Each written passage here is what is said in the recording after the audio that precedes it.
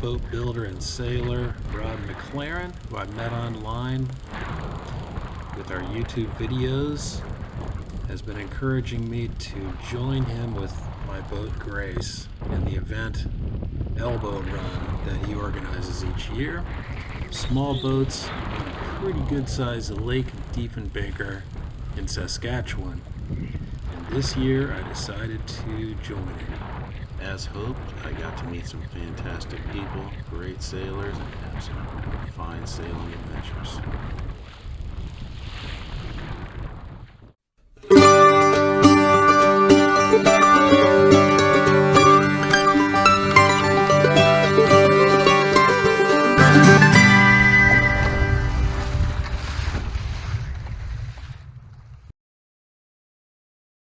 Although it was a little daunting, one of the attractions to the trip was that this is a significant epic road trip west from Ohio through Indiana, through Illinois, into Wisconsin, and across the Mississippi into Minnesota, and finally into North Dakota. Alright, there's the Canadian line on the Garmin. My waypoint at North Portal, Saskatchewan.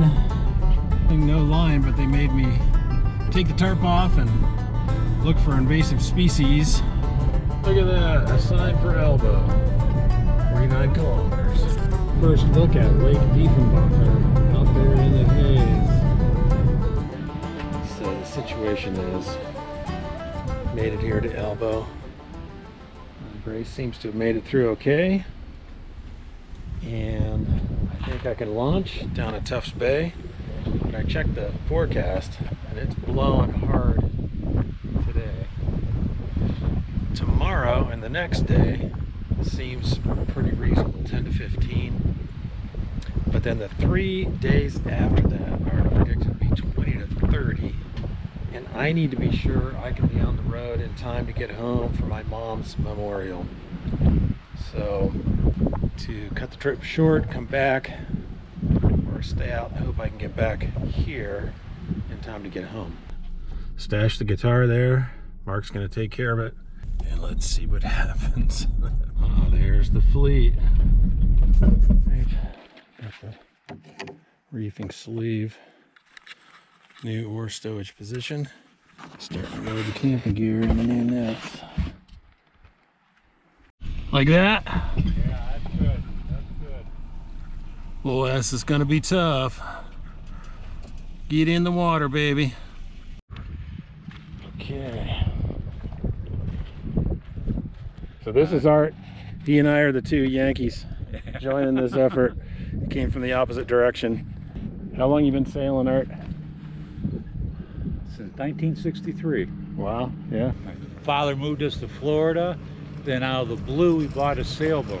Yeah. And I found out I really love sailing. Yeah. Been sailing ever since. My uncle's had a sailfish.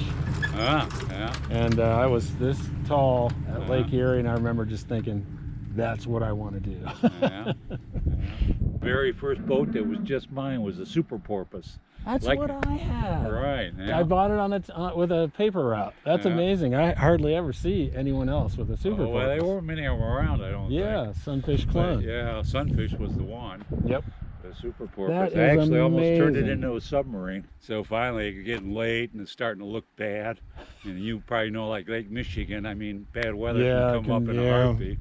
And that's what happened. A storm came across, about 40-mile-an-hour winds. Oh my God! I was You can't going so reef that fast that thing. I'd fly off of waves, and it would come down and it would catch the next wave, and then it would start the submarine. Oh, and I'd man. let go of the sail, and she'd pop back up, and then I'd take Oh, off my again. gosh. Oh. The only time I ever capsized mine was when I went out because there was a squall coming through, Yeah. and I was broad reach flying as fast as I could, and the main sheet broke. So I was hiked over and I capsized the thing to windward.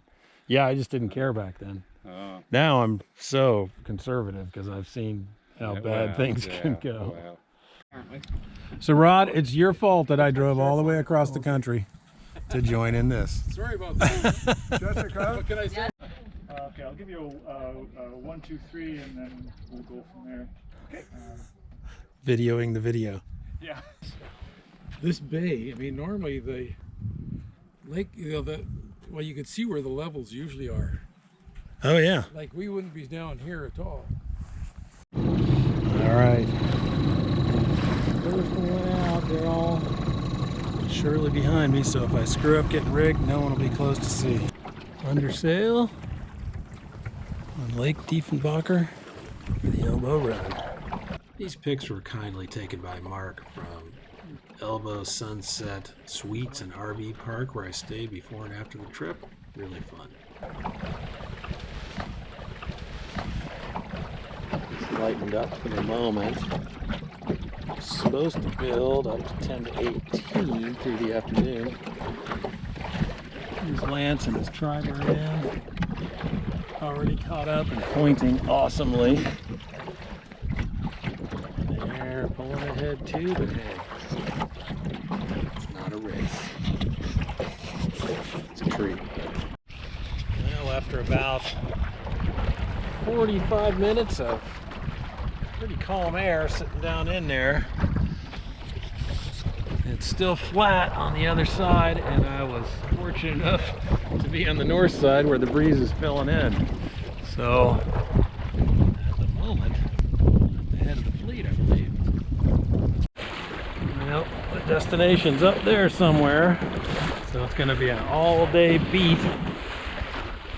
Not the best point of sail, but I'm just thrilled that it's actually underway and okay.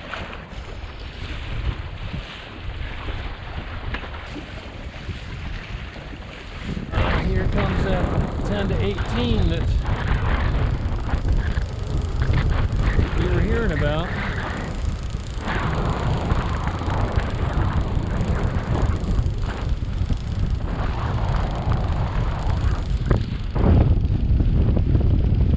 I might have to reef. Let's see.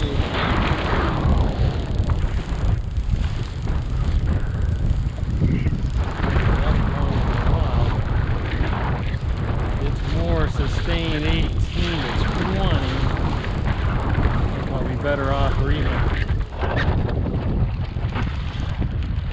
Well, probably would have been better if I'd run that reefing line first, but that's not good.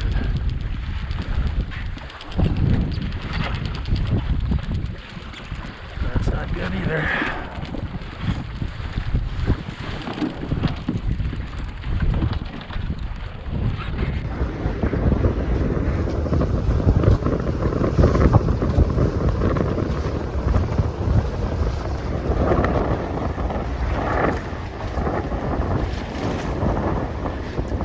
I lost my lead during that little re-rigging, but look at him fly.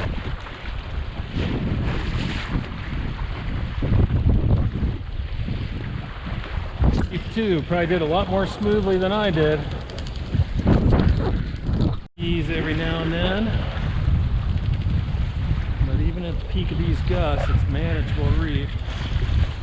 This was only the second time I had rigged for reefing. You can watch the video about the design and test of that.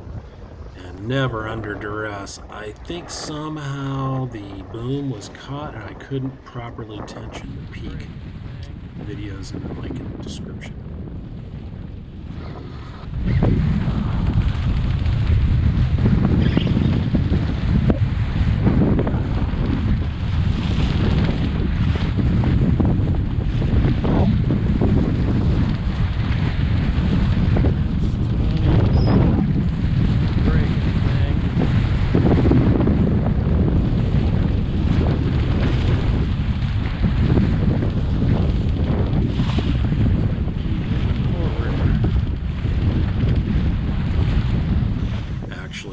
Point it continued to build.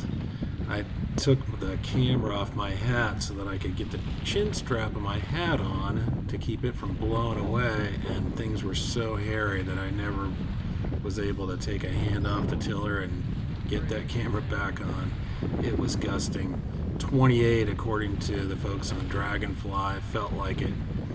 on the border of sustainability, and I was getting wet and cold. Alright, this has been some of the scariest sailing, and we are pulling in there. I'm so happy. I didn't have to bail, head all the way back, or otherwise sink. But it has been crazy. Relief. What the plan is back here, I'm not sure. Scott and Maggie hosted us on Dragonfly, cooking dinner for us even. Would have been tough for me to set up a tent here with the steep bank and muddy shore. Brent let me tie off to his boat, and Lance let me stay on his.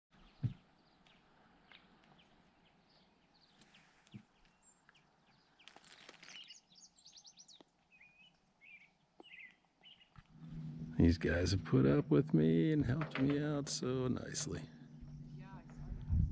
Thanks for all the hospitality. Oh, you're welcome. I am heading on back to Elbow, I think. Getting under sail? Yeah, now.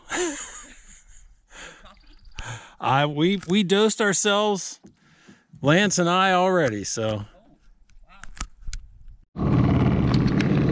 Forecast is unscary, but we will see.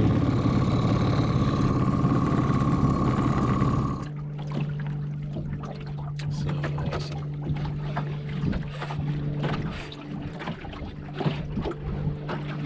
Down to that point and opposite that point, I believe. Beautiful broad reach.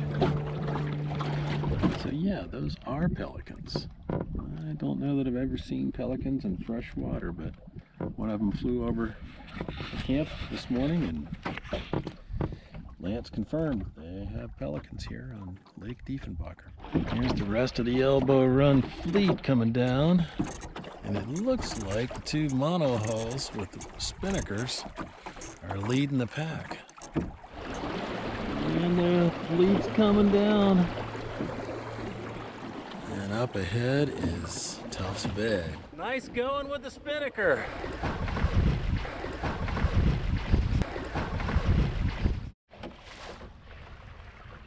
You guys are the best. Thanks for the hospitality.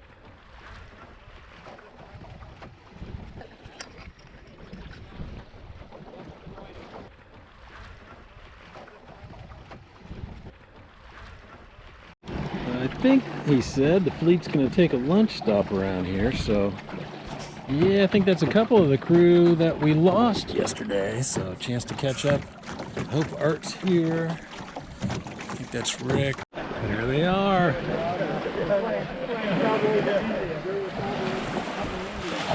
And Art's here, and Rick and Murray. So the whole crew now. Trying to take in their fishing lines, all kinds of stuff. No chance to lose my glasses now, and they're so sound. This is for wind direction. You can look at me and tell me where the wind's coming from. Yeah. So did you say it was 4 by the time you lost your glasses? Water's beautiful. Go 4 o'clock. Yeah, 4:10 is when we turned around. Oh man, so you had a long run back down. Oh, well, the wind was right behind us. We beelined her straight to, not attacking her. It was like 15 minutes for back. Not quite, but yeah. Just fast. Yeah, I just felt. As soon as you give up and turn this way, it's like, whoa, this is nice. There's Brett. We met Art. They didn't get the memo. What a great bunch of people. Have a great rest of your Elbow Run, guys. Thank you again. Okay, successfully got her on the trailer, up the ramp. There's suites and RV park. Thank you, Mark, for taking such great care and adjusting with my crazy trip on the road southeast. Goodbye, Elbow. Look at this.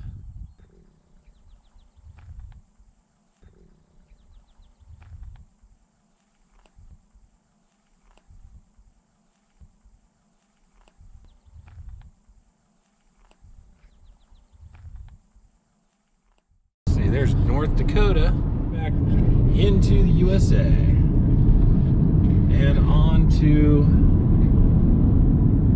Audubon Lake and the campground. All right, that's the Lake Audubon. over there in the camping area. Here's the site. I think we're gonna get the tent up. Safer place heat-wise for the guitar, and see if we can get on the water. Pretty good, other than that ramp is so shallow. Not sure I had rudder depth hanging off the dock, so let's see how we get out of here. All right, launched it under sail. Helped a guy who had a dead battery and was on the rocks as much as I could. Now let's go see what this is like out here. I don't think we can get under the bridge to the bigger side. This is Lake Audubon on this side of the Route 83, and I think Lake Sacagawea on the far side.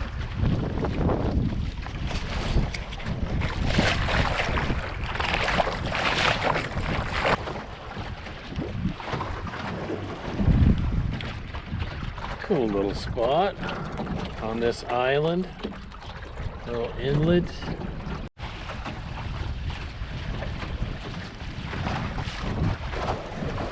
I did touch the dagger board over near those islands, thinking there could be a similar shaped hummock right under the water, and I thought I might have seen a little bit of reddish tinge, and just as I was grabbing for the top of the dagger board, but it was mostly mud. I don't think I hurt it too bad. Lasagna with meat sauce. White caps onto that very questionable ramp. So I took a drive over to Fort Stevenson State Park on the long Sacagawea side of this beautiful reservoir. Got a great hike, stretched the legs a little bit, and actually the Lewis and Clark Trail is at the bottom of this reservoir. But beautiful spot, and I think what I'm going to do, take my time here, pack up, and take the long road home. See how far we get tonight. Mississippi River, can't really see it.